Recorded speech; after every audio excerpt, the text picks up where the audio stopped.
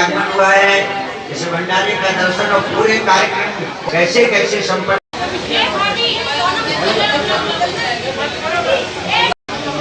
और पूरे रोड पर खड़े नहीं होना, साइड से खड़े होना। बारी बारी से भंडारा ग्रहण करने का अवसर मिलेगा।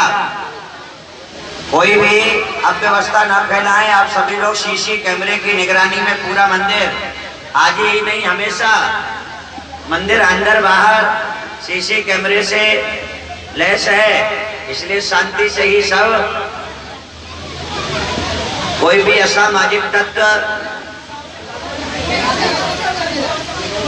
अपनी अपनी व्यवस्था सामान की ध्यान रखें। सभी लोग भंडारे का प्रसाद ग्रहण करें।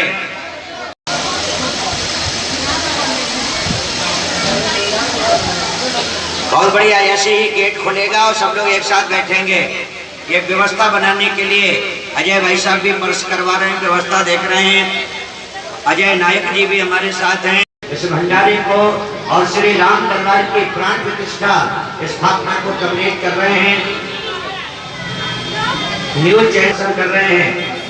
बहुत बृहद का आप लोग इसमें प्रसाद ग्रहण कर रहे हैं।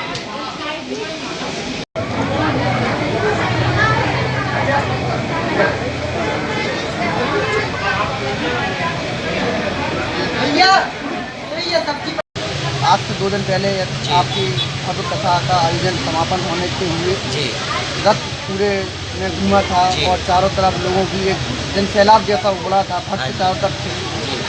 इतना लोग जो सम्मिलित हुए उन तक आप तक क्या मैसेज जाएगा और इस त्यौहार जैसे माहौल को बनाने की उसमें क्या कहना चाहते हैं?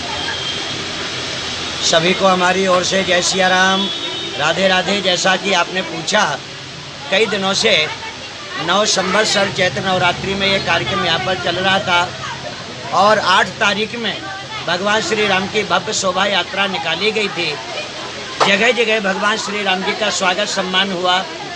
किसी ने जनता को, कलश यात्रा में शामिल होने वाले भक्तों को जल पिलाया, ठंडाई पिलाई, तो किसी ने हलवा खिलाया, किसी ने मालाएं पहनाई। स्वागत में सब तत्पर थे। इससे ये देखने को मिला कि सनातन धर्म और हिंदू धर्म और ये जो धर्म की ध्वजा है शुरू से ही आगे रही, पर अभी कुछ वर्षों से हम देख रहे हैं कि अब इसमें और लोग आगे बढ़ रहे हैं, लोगों में और धर्म के प्रति लगाव बढ़ रहा है। पहले की अपेक्षा और अधिक लोग धर्म में बढ़ चढ़ के भाग लेना चाहते हैं। वैसे अनेक बार कलश यात्राएं निकली, पर इस बार भगवान श्री राम जो शोभा यात्रा जो विमान पर बग्घी पर जा रहे थे, वो दृश्य अद्भुत था। भगवान श्री राम के नगर भ्रमण से बहुत समाज में कुछ लोग होते हैं जो जागरूक नहीं होते और बहुत लोग जागरूक होते हैं। जिन्होंने भगवान का सम्मान किया, जिन्होंने भगवान की आरती उतारी, उसको देखकर अन्य लोग भी जागरूक हुए और उनके मन में भी लगा कि मेरे दरवाजे से प्रभु जी निकले और हम उनका सम्मान नहीं कर सके, तो वो दूसरे दिन 9 तारीख को यहाँ आकर यहाँ उन्होंने राम जी को पुष्पमाला पहनाई और यहाँ भगवान राम दरबार की आरती उतारी।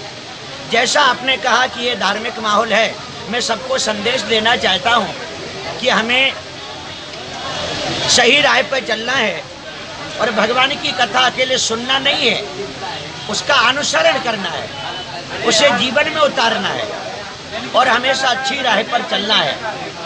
इस 9 संवत्सर में मैं पूरे समाज से, देश से, राष्ट्र से, अपने भक्तों से शाकाहारी बनने का निवेदन करता हूँ।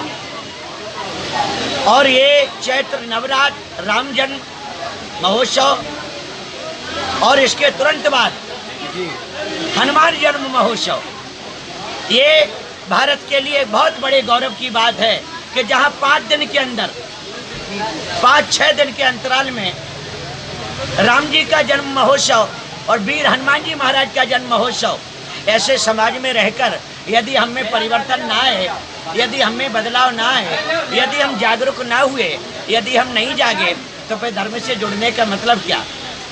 और आपकी बात को मैं अनुसरण करते हुए बताना चाहता हूँ कि आज यहाँ का अंतिम दिन है, नवमी है। आज प्रातः काल से ही यहाँ का क्रम बिल्कुल एकदम सिस्टमेटिक रहा। सुबह से ब्राह्मणों ने नमः पारायण का पाठ किया।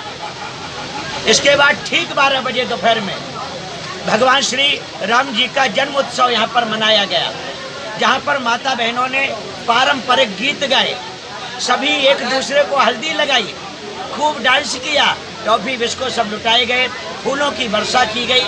ये हनुमान मंदिर प्रांगण में इतनी भीड़ थी या किसी का अंदर आना मुश्किल हो रहा था। इसके तुरंत बाद महिलाओं के द्वारा भजन कीर्तन चलते रहे और भजन कीर्तन के बाद भंडारे का कार्यक्रम चला, जिसमें आप और हम और सभी भक्त देख रहे हैं कि हजारों लोग भंडारे का प्रसाद ग्रहण कर रहे हैं। लास्ट संदेश हमारा न्यूज चैनलों के माध्यम से समाज को यही जाता है, धार्मिक कार्यक्रम एक ऐसा कार्यक्रम है, भगवान से जुड़ा कार्यक्रम एक ऐसा कार्यक्रम है। आपने कभी अनुभव किया हो, आपके यहाँ कोई भी रिश्तेदार आता है तो प्रवेश करते ही ये आपके इशारे की तरफ देखता है कि मुझे बैठना कहाँ है, कौन सा सोफा डला है, बेड डला है, दरी बिछी है, कहाँ बैठना है। पर धार्मिक आयोजनों में एक खास बात है, लोग आते हैं कहीं पर भी बैठने को तैयार हो जाते हैं और कहीं पर भी कैसी परिस्थिति में, गर्मी हो, व्यवस्था अनुकूल हो, व्यवस्था प्रतिकूल हो, उसमें लोग सम्मिलित हो जाते हैं।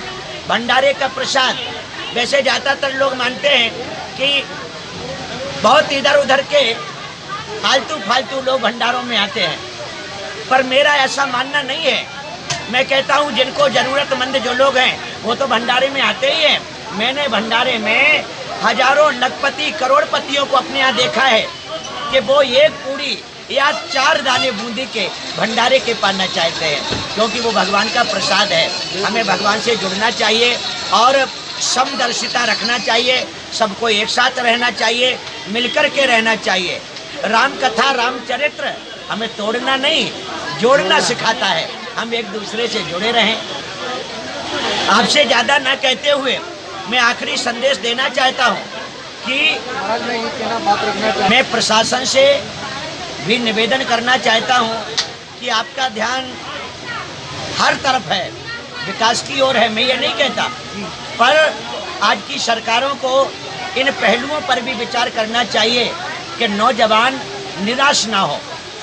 इस वीडियो में मैं कई बार मोदी जी को सुनता हूँ, योगी जी को सुनता हूँ, और ये दोनों हमारे देश के बहुत बड़े महापुरुष हैं और ये कहते हैं कि आगे का भविष्य नौजवान है।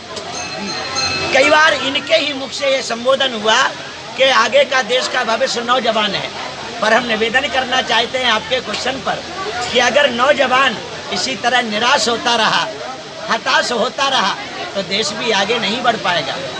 इन सभी व्यवस्थाओं पे प्रशासन को बहुत ध्यान देना चाहिए। मैंने तो ये भी पढ़ा है पेपरों में कि जैसे परीक्षाएं रद्द हुई, पेपर लीक हुआ या कोई और बात हुई, कई बच्चों ने आत्महत्या कर ली। जी। इतना बड़ा कदम उठाया। 1 वर्ष, अभी एक दिन कथा में हम बता रहे थे कि 1 वर्ष का महत्व उस बच्चे से पूछो जो फेल हो जाता है या इम्तिहान नहीं दे पाता है। ट्रेन का महत्व, 1 सेकंड का महत्व या 1 मिनट का महत्व उससे पूछो जिसकी अभी अभी ट्रेन निकल गई हो आते आते।